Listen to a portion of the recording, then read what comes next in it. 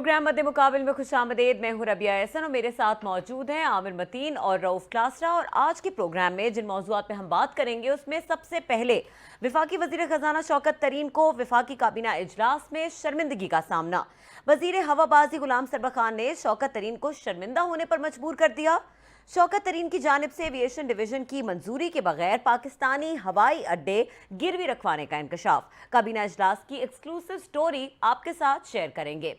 इसके अलावा बात करेंगे अवाम की नुमाइंदगी करने वालों के रवैये ने सर शर्म से झुका दिए। कौमी असम्बली के बाद सिंध असम्बली भी मैदान जंग बन गई। पीटीआई सिंध असम्बली में चारपाई बिस्तर ले आई, ऐवान तमाशा बन गया। अवाम महंगाई के हाथों तबाह, मेंबरान असम्बली कानून साजी के बजाय तमाशा साजी करने लगे। इसके बाद बात करेंगे नैब सियासतदानों और ब्यूरोक्रेट्स के लिए मजीद मुश्किलात पैदा करने के लिए तैयार। नैब का इनकम टैक्स ऑर्डिनेंस में तरमीम लाने का फैसला। नैब ने सियासतदानों, ब्यूरोक्रेट्स और दीगर पब्लिक होल्डर्स के मुल्की और गैर मुल्की टैक्स रिकॉर्ड तक रसाई का मुतालबा कर दिया। क्या इमरान खान नैब को ये इख्तियार देंगे या नहीं, इस पर बात करेंगे। इसके अलावा बात करेंगे हुकूमती नाकिस पॉलिसीज के बायस मुल्क में कॉटन का शोबा मुकम्मल तबाह हो गया। मिल मालिकान बैरून मुमालिक से कॉटन बेल्स दरामद करने पर मजबूर। कॉटन पैदावार 40 लाख से कम होकर 34 लाख तक आ गई। मराद की बजाय हुकूमत ने कॉटन पैदा करने वालों पर 17% सेल्स टैक्स आयद कर दिया। कॉटन पैदावार कम होने से मुल्क को क्या नुकसान होगा और इसके असरात आने वाले दिनों में क्या होंगे, इस पर बात करेंगे। सबसे पहले रऊफ क्लासा साहब, जिस तरह से हमने वफाकी काबीना की स्टोरी से आगाज़ करना है और एक्सक्लूसिव स्टोरी हमेशा आपके पास होती है जो भी कैबिनेट सेशन का होता है, तो बताइए आज कौन किस पर बरहम हुआ, क्यों हुआ?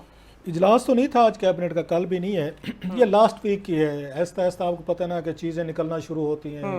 हुकूमत तो पूरी कोशिश करती है कि हम क्या वहाँ पे करतूत कर रहे हैं, क्या क्या काम कर रहे हैं, आवाम तक ना पहुँचे। आवाम को सब अच्छा बताया जाता है, लेकिन चीज़ें निकल आती हैं, बड़ी अथेंटिक चीज़ें हैं। जो पिछला इजलास हुआ है कैबिनेट का, उसमें जो सबसे बड़ी उसमें स्टोरी में आपके साथ एक्सक्लूसिवली हम शेयर कर रहे हैं, जो आवाम को नहीं बताई जाती उसके लिए, कि शौकत तरीन साहब ने आते ही जो इन्होंने पैकेज दिया है, ये काम जो वो कर रहे हैं, इसके बारे में मैं एक उनका कमेंट पढ़ रहा था। ये तो कोई भी कर सकता है, अगर इसी तरीके से हुकूमतें चलानी है और चीज़ें करनी हैं। लोग सुनकर हैरान होंगे। उन्होंने जो पैकेज अनफोल्ड किया है कि मैंने कितना कर्जा इस जो नया साल शुरू हो रहा है 2 दिन बाद, मैंने कितना कर्जा लेना है और इस मुल्क को चलाने के लिए, आप लोग हैरान होंगे। 1.2 trillion Pakistani rupees 1.2 trillion Pakistani rupees कर्जा लेना है, जो अभी एस्टिमेट है। और 3.5 बिलियन डॉलर्स का वो कहते हैं बैरून मुल्क से हम कर्जा लेंगे। ये उन्होंने पैकेज जो है पिछले कैबिनेट के इजलास में उन्होंने अनफोल्ड किया, जो मेरे ज़राए बता रहे हैं। अब इसके लिए अब आपके पास 2-3 तरीके होते हैं कि आपने लंडे कहाँ से करने, जहाँ से फड्डा हुआ, जो आपने अपनी उसमें इंट्रो में पढ़ा कि गुलाम सरवर खान साहब है। वैसे गुलाम सरवर खान साहब को गरीब के जोरों से में लिया गया है, वो भी मैं बताता हूँ। उस बेचारे गरीब आदमी को कोई भी वो क्या कहते हैं घास नहीं डालता, ना उनको कोई पूछता है। वजारत उनकी है, लगता है चलाते कुछ और लोग हैं, बस वो वजीर बन के खुश हैं। वो मैं आपको उसकी डिटेल देता हूँ। उन्होंने अब तक बताया वहाँ पे कि ये जो हम ये कर्जा लेंगे, कैसे कैसे लेंगे और क्या क्या कर लेके ये लेंगे, इस पे तो मैं आता हूँ। तो पहले मैं ये बता दूँ, उन्होंने स्कूक बांड पे वो लेकर गए थे, बेसिकली समरी लेकर गए थे कि स्कूक बांड हम लेना चाहते हैं। इस पे स्कूक बांड क्या है? कान यहाँ से नहीं पकड़ना, कान हमने इधर से पकड़ना है। इस्लामिक बैंकिंग, इस्लामिक बैंकिंग मतलब हम सूद नहीं देंगे, हम आपको रेंट देंगे। ये एक नया तरीका, कौम खुश हो जाती है कि हम सूद नहीं दे रहे, अल्लाह से जंग नहीं कर रहे, हम रेंट दे रहे। रेंट का तो कोई जिक्र नहीं है, रेंट लिया जा। रेंट क्या होता है? हम अपनी प्रॉपर्टी जो है ना किसी को आके प्लेज करवा देंगे, वो रख लेगा, उसके बदले में हम उसको रेंट देते रहेंगे और उससे पैसे ले लेंगे। हम रेंट के तौर पर उसको पे करेंगे, उसको प्रॉफिट या एज ए सूद के तौर पर नहीं देंगे। अब ये 2005 से शौकत तरीन ने सारी ये थे, शौकत साहब है, शौकत अजीज है, शौकत नाम के लोग जो है ना, ये कोई वारदातें डालते हैं। शान शौकत बहुत रहती है, शान शौकत होते, वारदातियाँ भी ये होते हैं सबसे बड़े। शौकत अजीज से कोई बड़ा वारदातिया पैदा हुआ है इस मुल्क में। अब शौकत तरीन साहब आ गए, माशाल्लाह मिलती जुलती वारदात है। शौकत तरीन साहब हूँ या शौकत अजीज साहब हूँ, उन्होंने 2005 में काम शुरू किया। उन्होंने कहा जनाब कि हम जो है ना इस्लामिक बैंकिंग करेंगे, हम कर्जा लेंगे, सूद नहीं देंगे, रेंट देंगे, पैसे उतने देंगे। अगरचे उनका ये ख्याल था, दावा था, जो इन्होंने भी किया है कि उसकी थोड़ी सी रेशो में ज़रा कमी आ जाती है, ये हमें सस्ते कर्जे मिल जाए, चले भी लें। अब तक ये पूरी कौम सुने ज़रा, क्या इस मुल्क में हम कितना लक्कड़ हजम पत्थर हजम। अब तक यहाँ 32 के करीब, अब ये सारी डिटेल्स उन्होंने कैबिनेट में फराहम की हैं शौकत तरीन साहब ने वहाँ पे, उसमें 32 के करीब डोमेस्टिक अब तक स्कूक बांड जारी कर चुके हैं आमिर साहब, और 4 के करीब इंटरनेशनल स्कूक बांड इन्होंने जारी किए हैं। इसके अगेंस्ट इन्होंने 1573 अरब इन्होंने आके लोकल इन्होंने कर्जा लिया है यहाँ 1573 अरब रुपए का, और इसके साथ 3.6 बिलियन डॉलर जो है ना सर, इन्होंने बैरून मुल्क से कर्जा लिया स्कूक बांड के नाम पे, जिसके अगेंस्ट हमने मोटरवेज भी अब गिरवी रखे, अपना कराची का एयरपोर्ट की ज़मीन भी गिरवी रखी और एसेट भी गिरवी रखे। इसमें से इन्होंने अभी जो लिया है, इमरान खान साहब के दौर में ये काम ज़्यादा होना शुरू हो गया है। एनर्जी की इन्होंने पेमेंट्स करनी थी, 200 अरब रुपए का इन्होंने स्कूक बांड 2019 में इन्होंने उस वक्त जारी किए। फिर पावर सेक्टर को इन्होंने पेमेंट करनी थी, उसके लिए लिए। फिर इसके लिए इन्होंने पावर जनरेशन कंपनीज और डिस्ट्रीब्यूशन कंपनीज जो है ना, इन्होंने उनको आगे गिरवी रखना शुरू किया। अब मोटरवे कौन कौन से इन्होंने गिरवी रखे, इन्होंने M1 रखा, M2 रखा, M3 रखा, और जिनाह एयरपोर्ट कराची की इन्होंने ज़मीन रखी। ये इसाक डार साहब के दौर में हो रहा था, इसाक डार साहब तक 2014 तक वो ये काम करते रहे। इसके बाद इन्होंने क्या काम किया, इन्होंने मोटरवे को तकसीम करना शुरू कर देगा, ये सेक्शन फलां सेक्शन, इन्होंने कहा पूरा का पूरा नहीं रखना, इसको सेक्शन वाइज करेंगे, मजीद कर्जा लेंगे, एक ही दफ़ा हम मोटरवे रख लिया तो बाकी कहाँ पे जदादे हम आके गिरवी रखे। फिर इनको अकल आ गई, इन्होंने कहा ऐसे कहते हैं चकवाल लाहौर कर देते हैं, पिंडी सवाब भी कर देते हैं, ऐसे लाहौर मुल्तान कर देते हैं, इस तरह के हम इसके सेक्शन कर देते हैं। जनाब ठीक है, अब इन्होंने क्या काम किया, इसके जब इनकी बारी लगी 756 बिलियन रुपीज़ के सकूक इन्होंने जारी किए, इन्होंने PTI की हुकूमत ने, और कराची का एयरपोर्ट इन्होंने गिरवी रखा। पहली दफ़ा इनका काम किया। जो सबसे ज़्यादा ये कहते थे कि नवाज शरीफ और ये पीपल्स पार्टी जो है ना, इन्होंने गिरवी रखने शुरू कर दिए एसेट, तो इमरान खान साहब की हुकूमत ने मुल्क को बेच रहे हैं। इन्होंने जनाब आके 700 मार्च 2020 में इन्होंने 756 बिलियन रुपीज़ इन्होंने कर्जा लेने के लिए, सकूक लेने के लिए, जिनाह एयरपोर्ट जो है ना उसकी इन्होंने वो रखी, इन्होंने उसको गिरवी रखा। इसमें से इन्होंने 636 बिलियन रुपीज़ सकूक के लिए थे, और 59 बिलियन रुपीज़ जो है ना इन्होंने इस्लाम में एक नया पाकिस्तान सर्टिफिकेट जारी किया, उसके लिए इन्होंने रखे। चलें जी, वो भी ठीक हो गया। अब जब कराची एयरपोर्ट भी हो गया, सारे कुछ हो गया, तो 20 जनवरी को अभी इन्होंने फिर, आपको याद होगा हमने उस वक्त स्टोरी की थी, इस्लामाबाद क्लब को रख लो, ये फिर आई थी स्टोरी के F9 पार्क जो है, जो उसकी स्टोरी थी, सोहेल भट्टी साहब की स्टोरी थी कि F9 पार्क जो है उसको रख दो। पार्क, इससे पहले मुझे याद है हमने स्टोरी की थी 92 में की थी कि PTV और इसको गिरवी रख रहे थे यहाँ पे, आपको याद होगा इसाक डार साहब के दौर के, रेडियो पाकिस्तान, वो रेडियो पाकिस्तान PTV को गिरवी रख रहे, हमने स्टोरी की, वो बचा, सोहेल भट्टी ने स्टोरी की, F9 पार्क बचा। उसके बाद कहा इस्लामाबाद क्लब को रख देते हैं, कोई 2-4 वहाँ पे कोई उसमें मीटिंग में बैठे हुए, तो उन्होंने कहा वो रख लेते हैं। उन्होंने कहा नहीं, इस पर तो रौला पड़ जाएगा, अब कोई नए आप वो ढूंढो, कोई नए कोई एसेट ढूंढो। तो शौकत तरीन साहब जो है ना मसूफ, वो 4 नए असासे ढूंढ के आए हैं जनाब, जो कैबिनेट में उन्होंने बताया। उन्होंने जनाब कहा कि अब की दफ़ा मुझे शाबाशी दें कि मैंने बाकी मोटरवे भी रख दिए गए हैं, एयरपोर्ट भी रख दिए गए हैं, कख नहीं बच गया। उन्होंने कहा जनाब हम ऐसे करते, मुल्तान एयरपोर्ट अभी बचा पड़ा है। उन्होंने कहा लाहौर एयरपोर्ट का कोई पोर्शन जो है ना वो बचा पड़ा है। इस्लामाबाद एयरपोर्ट अभी नया नया बना है। उन्होंने कहा खुदा का खौफ कर, अभी तुम बड़े कर्जे ले सकते हैं, ऐसे कौम यहाँ परेशान बैठी है, हैरान बैठी है। इन्होंने NHA को भेजा, बड़ा एक ज़बरदस्त काम किया, मुराद सईद ने किया, वैसे पहली दफ़ा किया। बड़ी इंटरेस्टिंग स्टोरी आमिर साहब इसकी कैबिनेट की जो है। इन्होंने उनको कहा हम मोटरवे के फलां सेक्शन जो है ना वो रखना चाहते हैं, हम गिरवी रख के कर्जे लेने चाहते हैं। जो कहते थे हम ये भीख नहीं मांगेंगे, खुदकशी कर लेंगे, उनकी कहानी सुना रहा हूँ। उन्होंने जनाब मुराद सईद को भेजी, उन्होंने उनकी वजारत को कि हम फलां सेक्शन कहते हैं। उन्होंने कहा जनाब आप जो बिलियंस रुपीज़ के कर्जे लेते हैं उनको भी तो पैसे दे, आप उनको देते हैं ना, उनको रेंट देते हैं या मार्कअप देते हैं। अगर आप हमारे मोटरवे के अगर हमारे सेक्शन या जंक्शन रखेंगे गिरवी, इसका हम भी किराया लेंगे आपसे इसको इस्तेमाल करने का। ज़रा डेलिकेट पॉइंट देखें, अगर हमारा सासा NHA का या कम्युनिकेशन मिनिस्ट्री का उसको प्लेज रखा जाएगा, किसी और के पास गिरवी रखेंगे, लोन लेंगे, उनको रेंट देंगे, फिर हम भी आपसे लेंगे कि हमारा एसेट जो है ना उसका रेंट देंगे। शौकत तरीन साहब ने वहाँ पे फरमाया ये देखें जी, ये कभी होता है हुकूमत के अपने लोग जो हैं, वज़ीर जो हैं, वो भी अपने इन एसेट्स के अगेंस्ट उनके डिपार्टमेंट्स कहते हैं जैसे उनको रेंट दे रहे हैं हमें भी देंगे, ये हम नहीं कर सकते। चलें जी, ना करें। इस पे उन्होंने कहा मुझे अप्रूवल चाहिए, जो मैंने अगला साल चलाना है, जो मैंने आपको बताया कि उन्होंने बताया कि वहाँ पे हमने कर्जा लेना है 1.2 ट्रिलियन पाकिस्तानी और 3.5 बिलियन अगला। जब उन्होंने ये पेश किए तो इस पर गुलाम सरवर खान साहब अब कहानी की तरफ आ रहे हैं, जल्दी से मैं इसको संभव करूँ। मैं इंटरेस्टिंग काम हो रहे हैं ना इस मुल्क में, पहली दफ़ा हो रहे हैं बहुत सारी। गुलाम सरवर खान साहब ने हाथ खड़ा किया जब ये सारी बड़ी ब्रीफिंग रोज़ी किस्म की शौकत तरीन साहब जिनसे अपना बैंक नहीं चल सका तो पाकिस्तान इकॉनमी चलाने आए हैं, ऐसे चलाएंगे ना जैसे मैं बता रहा हूँ। उन्होंने जनाब उस पर फरमाया, उन्होंने हाथ खड़ा किया गुलाम सरवर खान ने, उन्होंने फरमाया जी इमरान खान साहब ने कहा उन्होंने कहा जनाब ये जो सारा कुछ आपने ये धंधा इकट्ठा किया है, सब कुछ फलां एयरपोर्ट, वो एयरपोर्ट, ये एयरपोर्ट, उसने कहा हमारी वजारत है, सिविल एविएशन हमारी वजारत है। उसने कहा हमें तो घास ही किसी ने डाली, हमने से किसी ने पूछा ही नहीं है। एक अप्रूवल आपको चाहिए होती है कि फलां मिनिस्ट्री से कि आप ये काम कर सकते हैं नहीं कर सकते। उसने कहा हमें तो किसी ने पूछा ही नहीं है, हमारी वजारत से किसी ने मशवरा तक नहीं किया, ये क्या हो रहा है, ये हम बैठे हुए हैं वजीर को, हमारा भी काम है।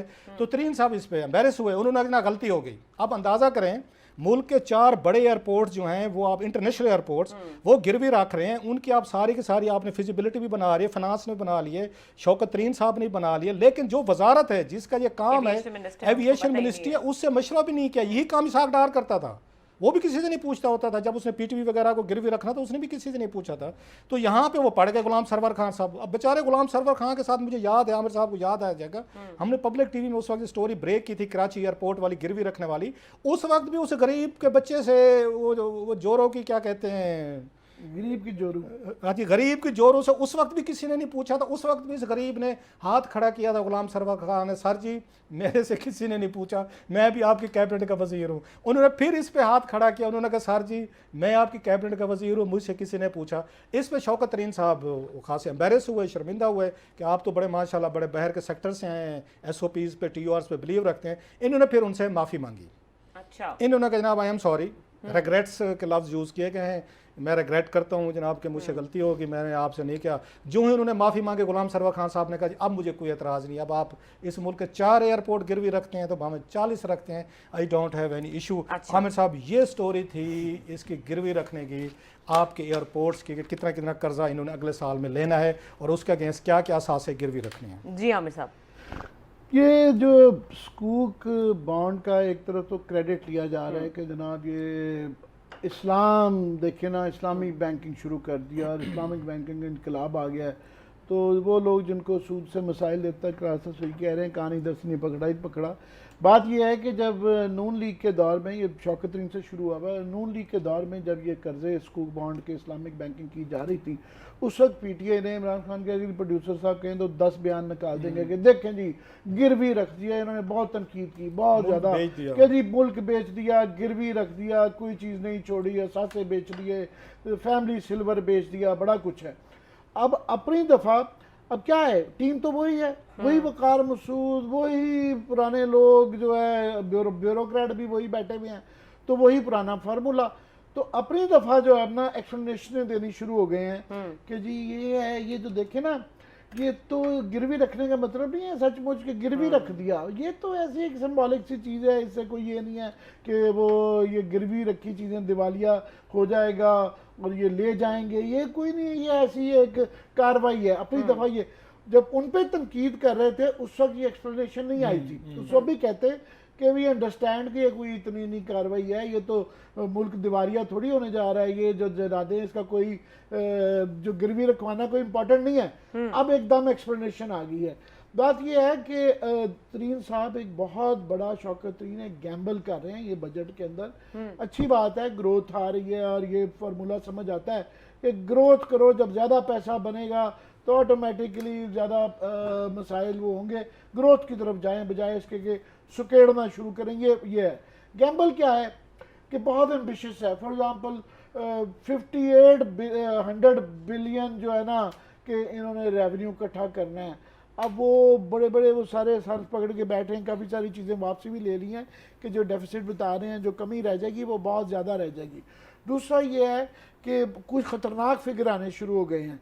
एक ये है कि एक्सपोर्ट का उनका कहते थे कि जनाब उनका जो है ना बहुत फिगर 55 की उनके दौर में नवाज शरीफ साहब के इंपोर्ट चली गई थी और 20 की जो एक्सपोर्ट एक स्टेज पे रह गई थी, तो वो कहते थे जी 35 बिलियन का हो गया है। इनका भी अब 30 के करीब 28 बिलियन डॉलर के करीब जो है ना ट्रेड गैप तजारती खसारा जो है ना वो उतना ही आ गया है। फिर ये है कि बड़ा ये शोर मचाते थे करंट अकाउंट हमारे हमने ठीक कर लिया, वो भी अब हुआ है और महंगाई इनसे नहीं डील हो रही। और घूम फिर के आज का जो हम ये खबर पहले भी देते रहे हैं, इनसे एनर्जी नहीं हैंडल हो रही। और जब आपने कराची की ऑलरेडी कल से बिल्कुल इसकी शॉर्टेज शुरू हो जाएगी और हमने लोगों से पहले ही वार्न किया था कि पंखे हाथ वाले ले लें और बर्फ़ के ब्लॉक के ऑर्डर कर दें, कि इस वक्त ऑलरेडी कराची के अंदर पिछले काफ़ी दिनों से जो इंडस्ट्री की गैस बंद कर दी गई है, और पहली दफ़ा पाकिस्तान की तारीख में होगा जब से सुई से गैस निकली है कि गर्मियों में भी गैस की किल्लत का इम्कान है।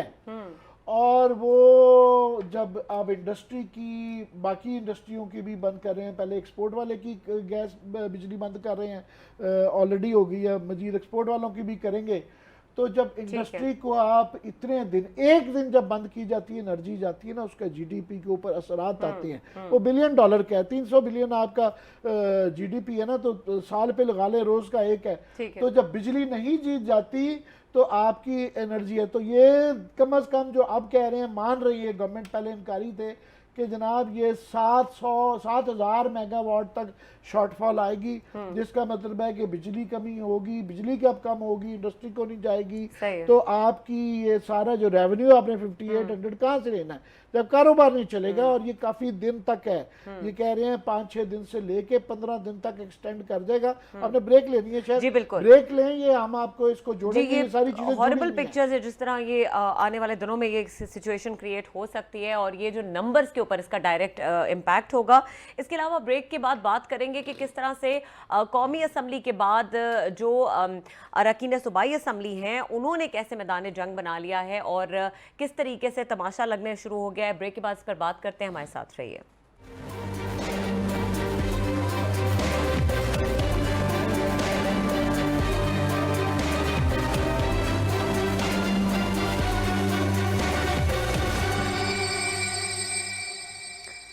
Welcome back. और आमिर मतीन साहब, एक बार फिर एनर्जी क्राइसिस की बात करेंगे और जो एक हौलनाक मंजर है, बिजली गैस दोनों गायब। जी, ये कल से ये गंभीर मसाइल होना शुरू हो जाएंगे। हम एक्सप्लेन कर चुके हुए हैं कि ये ट्रिपल वैमी हुई हुई है कि एक वक्त में आपने जो है बाहर से जो आपने एलएनजी मंगवानी थी वो कम मंगवाई और महंगी मंगवाई। उसके बाद जो है यहाँ लोकल जो गैस प्लांट्स थे उनकी टाइमिंग, वो होता है ना एक फिल्म है परफेक्ट स्टॉर्म, वो सारे अवामिल इकट्ठे मिल जाते हैं। इन्होंने एक परफेक्ट क्राइसिस क्रिएट किया है। गवर्नमेंट का काम होता है कि क्राइसिस को अवॉइड करना। ब्यूरोक्रेट्स को जो हम इतने टैक्सेस देते हैं इसलिए रखा जाता है, इन पॉलिटिशियनों को हुकूमत इसलिए दी जाती है कि ये इन चीज़ों का सद्भाव करें कि चारों चीज़ें इकट्ठी तीनों नहीं मिलनी चाहिए थी, कि एक वक्त में आप बाहर से आपकी एलएनजी का भी वो आपका कम हो गया और साथ में शिप की मरम्मत भी एन उसी टाइम पे कर दी। एक साल पहले ये टाइम था, किसी वक्त भी करवाई जा सकती थी वो शिप की मरम्मत भी। लोकल गैस फील्ड जो हैं 2 उसी वक्त मरम्मत के लिए गई हुई हैं, जो लोकल गैस भी हो गई।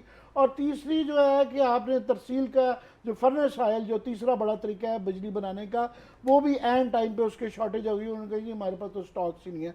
सो तीनों चीज़ें ट्रिपल वैमी हो गई, इससे बड़ी नालायकी नहीं हो सकती। और हमारे साहब अब खुद मान रहे हैं कि जनाब 3000 से लेके 7000 मेगावाट की शॉर्टेज होगी। वैसे रोते रहते हैं कि जी हमारे पास तो एक्सेस बिजली बना के चले गए, 37,000 बना के चले गए और महंगी बना के अब कह रहे हैं कि जनाब हमारे पास तो बिजली नहीं है। और वो बड़े बड़े जो है ना, अभी जो है डीजल का मैं बता चुका हूँ 20 से लेके 28 रुपए का यूनिट बनता है, 10 रुपए का बनता है इससे एलएनजी से। अब ये 14 रुपए फर्नेस वाला बनाएंगे, डीजल वाला बनाएगा। एंड हाँ, चौथी जो चीज़ थी उसके अंदर कि ये सारे उस वक्त हुए कि जब झीलों में पानी नहीं है। एक तो कुछ कुदरती मामला है कि लेट हो गया है, मगर वहाँ भी 2 तरबेला की टरबाइनें जो है ना मरम्मत के लिए गई हैं। सारी मरम्मतें एक ही दफ़ा जून के आखिरी महीने में जब सबसे ज़्यादा गर्मी होती है तो वो उसी वक्त सारी परफेक्ट क्राइसिस क्रिएट किया गया। नालायकी की वजह से, करप्शन की वजह से कि काफ़ी लोग जब महंगे फ्यूल का इस्तेमाल करेंगे, वो शायद खान अब्बासी साहब कह रहे हैं कि जी 30 अरब रुपया मुझे रिश्वत की ऑफ़र हुई। अहमद साहब कह रहे हैं जी मुझे भी बड़ी रिश्वत की ऑफ़र हुई। अगर रिश्वत की अगर किसी को नहीं हो रही तो वो आवाम को नहीं हो रही, जिनको आप जो है ना हाथ के पंखों पे और उस पर आने वाले दिनों में ये मामला आ रहे हैं। जी क्विकली क्लास साहब इस पर भी ज़रा कमेंट कीजिएगा, क्योंकि ये एक इम्पॉर्टेंट इशू है, आने वाले दिनों में ये ज़्यादा मुश्किल हो जाएगा। एंड सेकेंडली ये जो तमाशा लगता है असम्बलियों में, और आज जो सिंध असम्बली में जिस तरह से यानी हुकूमती बेंचों पर बैठे हैं पीटीआई मेंबरान तो भी यही रवैया, ऑपोजिशन बेंचों से बैठे हैं तो भी यही रवैया, ये किस तरह से चलेगा? पहले तो मैं थोड़ा सा जस्ट एक कमेंट कर लूँ। ये दो वजीर, ये वजीर कह रहे हैं, मुल्क का साबिक प्राइम मिनिस्टर कह रहे हैं कि मुझे 30 बिलियन रुपीज़ की ऑफ़र हुई, वजीर कह रहे हैं मुझे ऑफ़र हुई। ये नैब वाले इनको बुला के इनसे पूछते नहीं है कि इनको किस किस ने ऑफ़र्स की थी और उनके खिलाफ उनका नाम सामने आना चाहिए कि कौन से कार्टल्स हैं, कौन से माफियाज़ हैं, कौन से ग्रुप्स हैं जो इनको पैसों की 30 बिलियन रुपीज़ की ऑफ़र कर रहे थे। ये नैब जो है, ये चेयरमैन नैब जो हैं या इवन DGFI जो हैं, या इसको छोड़ें, फिर अदालतें कहती हैं जनाब कि हमारा काम नहीं है करने का। फिर जब ये काम नहीं करते, अदालत को किसी को पूछ लेना चाहिए, इनको बुला लेना चाहिए कि हजूर हमें बताएं, आपको अगर 30 बिलियन रुपीज़ वो दे रहे थे शायद खकान अब्बासी को, तो वो जेब से दे रहे थे, वो आवाम की जेब से। ये जो बिजली और गैस महंगी करके बेची जाती है ना, ये आपकी जेब से निकाल के देने थे। अगर ये मिनिस्टर को पैसे ऑफर हो रहे थे तो वो भी आपकी जेब से होते, आवाम की जेब से पैसे जाने थे। तो ये जनाब इनको बुला के ज़रा एक इनकी इंक्वायरी होनी चाहिए, इनसे पूछा जाना चाहिए। और जो लोग ऑफ़र कर, मतलब कोई भी है, मैं ऑफ़र कर दूँ यहाँ बैठ के, जी मुझे 10 अरब की ऑफ़र हुई, आमिर साहब कहते नहीं नहीं आपको 10 की, मुझे 15 आप कहते नहीं जी मुझे 20 की हुई है। नंबर बनाने, नंबर टाकने हैं। हाँ, अगर आपको वाकई ऑफर्स हुई हैं और संगीन इल्जाम आता है, संगीन इल्जाम, मुल्क का प्राइम मिनिस्टर कह रहा है, साबिक प्राइम मिनिस्टर है, वजीर है, तो फिर उस पर कुछ तो कार्रवाई होनी। अवाम भी चुप, और हमें क्या पता कि इनको नहीं, अगर इन्होंने फर्ज करे नहीं भी लिया तो किसी ना किसी ने तो लिया है। हमें तो नजर आ रहा है कि ये फ्यूल महंगे इस्तेमाल हुए हैं, ताकि लोगों को तो पता है कि कौन सी ऐसी पार्टीज हैं जो पैसे यहाँ पे लेके 30 अरब रुपया लेके फिर रही हैं और वो पैसे देना और चाहती वो हैं। भी गवर्नमेंट में बैठी हुई है, बैठी गवर्नमेंट में ना भी बैठी हुई, वो प्राइवेट सेक्टर होगा ना जिन्होंने ऑफर किए इनको, मतलब IPPs होंगे, कोई बड़े बिग बिजनेसमैन होंगे, सप्लायर्स होंगे, ऑयल कंपनीज होंगी, ऑयल कंपनीज हो, OMC होगी, ऑयल मार्केटिंग कंपनीज होगी। आप उन्हीं के साथ करप्ट, उसके साथ कंपनीज के साथ, लोगों के साथ, कार्टल्स के साथ ये बिजनेस भी कर रही हैं हुकूमतें। मैं नहीं बताता। अच्छा, आपने 30 बिलियन रुपीज़ नहीं लिए तो फिर आपने क्या किया? आप बताएं ना ज़रा। आपने उनके खिलाफ कोई कार्रवाई की, FIA को एप्लीकेशन दी, नैब को कहा, या कोई और आपने काम किया? ये कोई तरीका नहीं है कि आप आगे बता दें मुझे इतने अरब रुपए की ऑफर हुई थी और मैंने नहीं ली थी। इतने ईमानदार है ना वो, हम जानते हैं, जितनी ये शरीफ खानदान और उनके आगे से हवारी जितने ईमानदार है ना, वो सारा हमें पता है कि अपना यहाँ 250-250 रुपए के केक खाने वाले सो अपने नंबर जो उन्होंने टाँक लिए हैं। एक चीज़ वो। दूसरी आती है जो कुछ आज वो सिंध असम्बली में हुआ है। असम्बलियों में शोर गोगा होता है, हंगामे होते हैं, वहाँ पे नॉइजी सेशंस होते हैं, दुनिया भर में होते हैं, मानते हैं हम, इंडिया में भी होते हैं, प्रोटेस्ट होते हैं, होने भी चाहिए ताकि आपकी बात नहीं समझी जाती। लेकिन ये जो नेक्स्ट लेवल लेके जा रहे हैं PTI वाले, अब या तो इन्होंने ये समझ लिया कि हमारे बाद बस ना जमहूरियत रहेगी ना कोई हुकूमतें रहेंगी। वही है ना, जो बंदा मर जाए उसके लिए तो क़यामत उस दिन आ जाती है ना, फिर उसके बाद 1000 साल बाद है या 500 साल बाद, वो तो मर गया, वो तो क़यामत वाले दिन ही उठेगा फिर दोबारा। इनके लिए भी ये तय कर रहे हैं, या तो इन्होंने ये सोचा हुआ इमरान खान साहब और इनकी पार्टी ने कि भाई साहब के दोबारा ना, क्योंकि हम पावर में नहीं आ सकते, शायद उन्हें लग रहा है कि हम इलेक्शन शायद नहीं जीत सकेंगे, लिहाजा इस तरह के हालात कर दिए जाएं कि लोगों को जमहूरियत से भी नफरत हो जाए, लोग वोट डालने ना जाएं, लोग हमारी शक्लें देख के दूर से भाग जाएं कि ये कौन से गुरीले आ गए, ये कोई इंसान है, इंसानुनुमा कोई सियासतदान है। पहले हमने सीन जो देखा यहाँ पे, अच्छा ये सारा जो शोर शराबा जो है, हमने ये देखा था पीपल्स पार्टी कंपैरेटिवली, अगर आप देखा जाए उनके 2-3 MNA तो बड़ी फाउल लैंग्वेज यूज़ करने में महारत रखते हैं, नो डाउट, लेकिन जनरली हमने पिछले दिनों जो हंगामे यहाँ पे हुए उसमें ये मेरे, अगर मैं गलत कह रहा हूँ, वो पीपल्स पार्टी शामिल नहीं थी, नवाज लीग वाले कर रहे थे, सारे के सारे जो हंगामे कर रहे थे, हुटिंग कर रहे थे, उन्हें तकरीर नहीं करने दे रहे थे या वट उसको वजीर ख़जाना को। आपने अगर हंगामा करना है तो सपोजली जवाब मैचिंग देना है तो फिर उनको नवाज लीग वालों को दें, जो आप देते भी रहे हो, यहाँ सुलह होगी। एक आप सिंध असम्बली में आज जिस तरह चारपाई, बिस्तर और जनाजा लेके गए हैं, इट्स ए शेम। यहाँ पे जो गाली गलौज का मुकाबला हुआ हमने सुना यहाँ पे कौमी असम्बली में, it was a new law, इतनी गंदी गालियाँ दी गई, घर वालों ने उनकी सुनी, उनकी फैमिलीज ने सुनी, पूरे मुल्क ने सुनी, उस पर उन्हें कोई शर्म नहीं आती, कोई हया नहीं आती, वो चल रही हैं। आज हमने देखा है कि वो बिस्तर और अपने जनाब जनाजे लेके पहुँच गए, मतलब इन लोगों को क्या कहना चाहिए, कोई थोड़ी सी भी कोई एक वो ख्वाजा आसिफ वाली बात, कोई शर्म, कोई हया, ये काम आप अपने घरों में कर सकते हैं। और ये क्या डेमोन्स्ट्रेशन थी सर? मतलब आप इसको जमहूरियत कह रहे हैं, आपने मुजाहरा करना है, नारेबाजी कर लें, आप शूटिंग कर लें, आप तकरीरें कर लें, आप वॉकआउट करके चले जाएं, आप स्पीकर के सामने खड़े हो जाएं, ये कौन सा आपने मतलब है एक नया इन्होंने, अच्छा इनके जहनों में एक नई चीज़ आ गई जब से ये आई है सोशल मीडिया के, हम नया क्या करो यार, आज की नई खबर क्या होनी चाहिए, आज को नया करके दिखाएं जिसके पास पूरा स्टॉर्म हो जाए। आप ये काम अपनी फैक्ट्री में करने देंगे? ये सारे यहाँ पे बैठे हुए हैं अपने ज़मीनों पे करने देंगे? फ्यूडल लॉर्ड्स बैठे हुए हैं, बहुत सारे यहाँ जमींदार हैं, बहुत सारे इंडस्ट्रियलिस्ट हैं, अपने घरों में ही अपने मुलाजमीन को करने देंगे? अगर आपके खिलाफ वो अपने हकूक लेने के लिए खड़े हो जाए, चार पैया बिस्तरें लेके आपके घर में घुस के इसी तरीके का हंगामा शुरू कर दें, इट्स ए शेम जो कुछ। और पीटीआई वाले बड़े खुश, बड़े मुतमईन, नौजवान नस्ल को भी उन्होंने मेरा ख्याल है किसी और काम पे लगा दिया है। इट्स ए शेमफुल डे जो उन्होंने किया है अपनी तवज्जो लेने के लिए, और उनसे तवक्को की जाती है मेरा ख्याल स्पीकर से कि वो इनके खिलाफ कार्रवाई करें। और जैसे इनको यहाँ से रोका गया है ना, जितने भी ये मेम्बरान ने आज हरकतें की हैं, बिस्तर चारपाई ला के जनाजा निकाला है ना जिस तरीके का, इनके खिलाफ उनको कार्रवाई करनी चाहिए, इस पे कार्रवाई होनी चाहिए और इसका नोटिस लिया जाना चाहिए। ये बहुत इंपॉर्टेंट है। ब्रेक का वक्त हुआ है, ब्रेक के बाद बात करेंगे कि एनर्जी क्राइसिस सिर्फ एक क्राइसिस नहीं है जो इस वक्त डरा रहा है, बल्कि कॉटन क्राइसिस एक ऐसा क्राइसिस पे बात होनी ज़रूरी है। और जो कॉटन की पैदावार है वो 40 लाख से कम होकर 34 लाख एकड़ तक आ गई। इस पर बात करेंगे इस ब्रेक के बाद, हमारे साथ रहिए।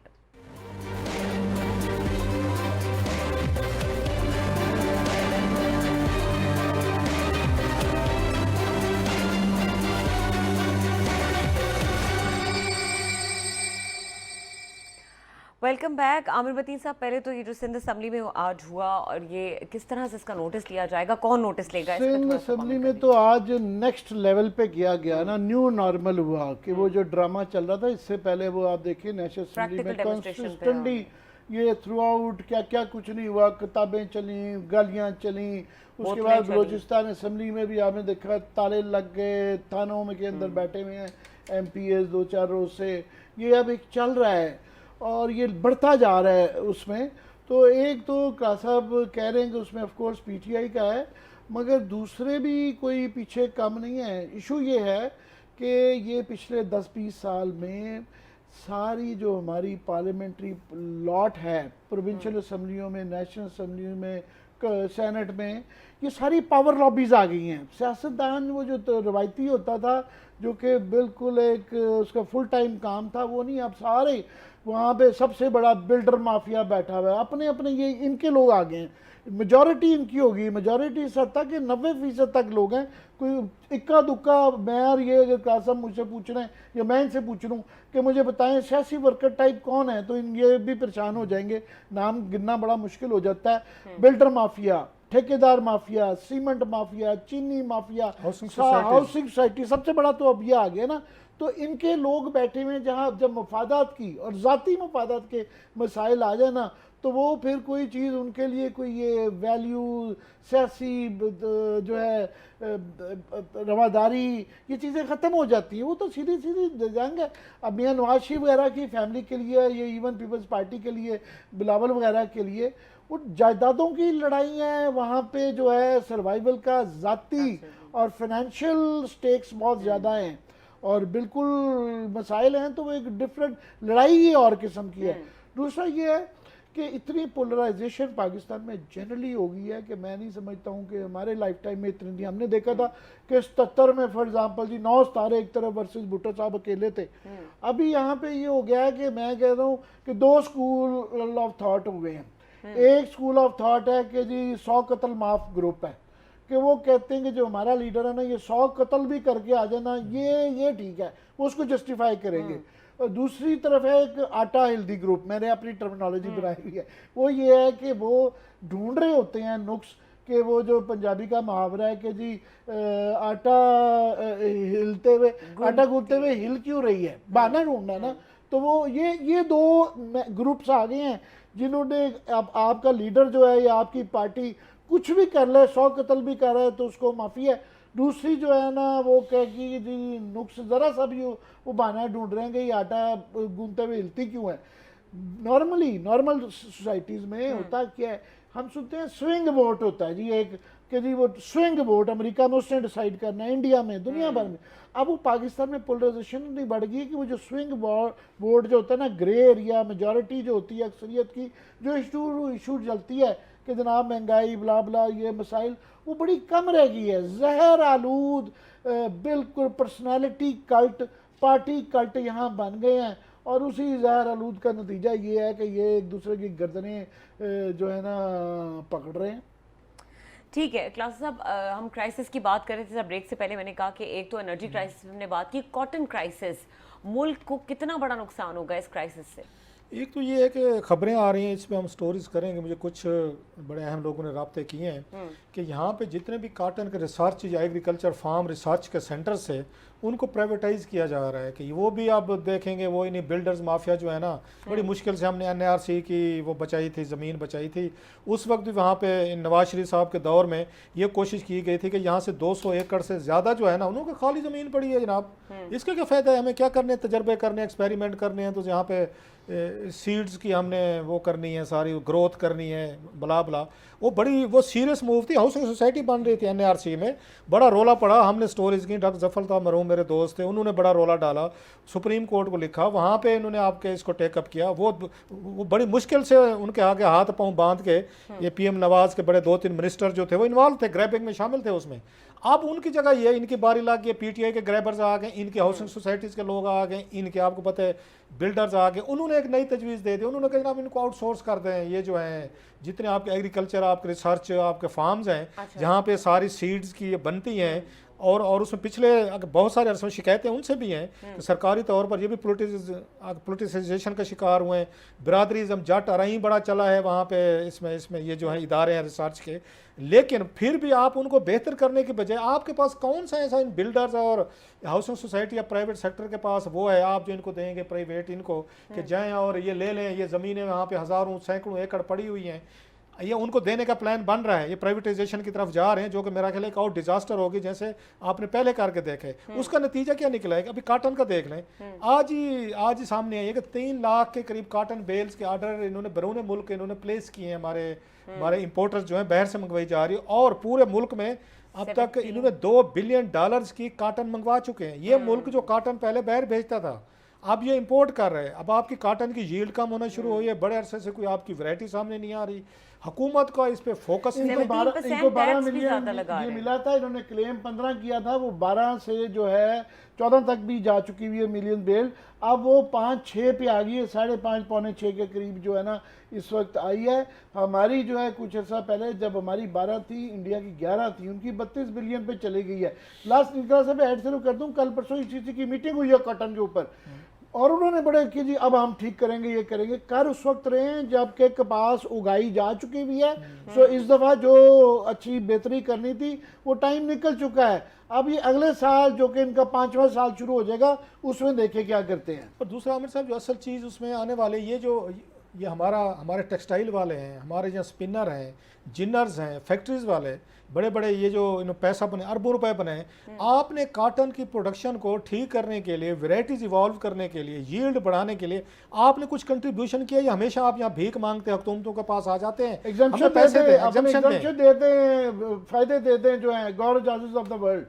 वही गोहर इजाज साहब का मजे लगे हो ना। गोहर इजाज साहब तो बिल्डर्स भी बन गए माशाल्लाह, वो साथ में उसमें रूडा में भी घुस गए, हाउसिंग सोसाइटी एप्टमा भी है, हाउसिंग सोसाइटीज भी उन्होंने ले लिए। वो टीवी पे बैठ के एक ही काम आता है कि इमरान खान साहब की तारीफें किए जाओ, अपना बंदा उन्होंने वहां पे लगवा लिया है, उसमें लाहौर डेवलपमेंट अथॉरिटी में लगवा, SM इमरान को वहां पे लगवा लिए। मजे से सारे पावरफुल एलीट है पाकिस्तान की ताकतवर तबकात जो है ना। अंदाजा करें एप्टमा के एक चीफ का क्या काम है कि आप बिल्डर बन जाए। आप हाउसिंग सोसाइटी खोल लें, ज़रा उनसे पूछें ज़रा एप्टमा से पूछें, आपने कॉटन की ग्रोथ के लिए, कॉटन सेंटर्स को प्रमोट करने के लिए कोई कभी पैसे दिए हैं, कभी वर्कशॉप्स कराई हैं, कभी आप फील्ड तक गए हैं, किसान के मसाइल आपने समझने की कोशिश की है, या टीवी पे बैठ कर खुशामदे करते रहे जैसे गौहर इजाज एंड कंपनी करते रहते हैं, आके पॉलिसी मेकर्स को खुश करने के लिए, वजीर आजम को खुश करने के लिए। ये जो इतना बड़ा डिजास्टर हुआ है, डिबैकल हो रहा है आपका कॉटन में, 3 लाख आप सेक्टर ने पहले क्या किया है इस पे? आमिर साहब वो माल बनाने वाले हैं। जब गौहर इजाज जैसा बंदा एप्टमा का चीफ, वो अपना रिश्तेदार वहां पे लगवाएगा, उसमें रूडा में भी लगवा लेगा, वो आगे लाहौर डेवलपमेंट अथॉरिटी में भी लगवाएगा, और टीवी पे बैठ के फिर हमें पॉलिसीज भी समझाएगा, फायदे भी सारे के सारे उठाएगा। उसका क्या कर सकते हैं आप उसके बाद? इंटरेस्ट कहीं पे भी नहीं अप्लाई वो आमिर साहब को समझ आती कन्फ्लिक्ट ऑफ इंटरेस्ट क्या होती है, वो अगर समझाएं कौम को, मेरे से तो नहीं समझने वाली। नहीं, ये कॉटन का अभी तो टू लेट टू लिटल वाली बात है कि अब ICC को ख्याल आ गया है कि कॉटन का वो करना चाहिए, और अभी जो बनाएंगे प्लान वो अगले साल की तो फसल अब अल्लाह पे ही है। जो बाकी मसाइल सही। है और जो किया जा सकता है वो कम से कम अब खाद सस्ती कर दें। ठीक सीड का तो टाइम निकल गया, बाकी चीजें जो करनी है कम से कम खाद सस्ती कर दें, ठीक। डीएपी और यूरिया। ठीक है जी, ये भी एक क्राइसिस है जो इस वक्त मुल्क को दरपेश है और मजीद मुल्क की सूरत हाल पर बात करते रहेंगे आने वाले प्रोग्राम्स में। इजाजत दीजिए, आज का प्रोग्राम देखने के लिए शुक्रिया। अल्लाह हाफिज।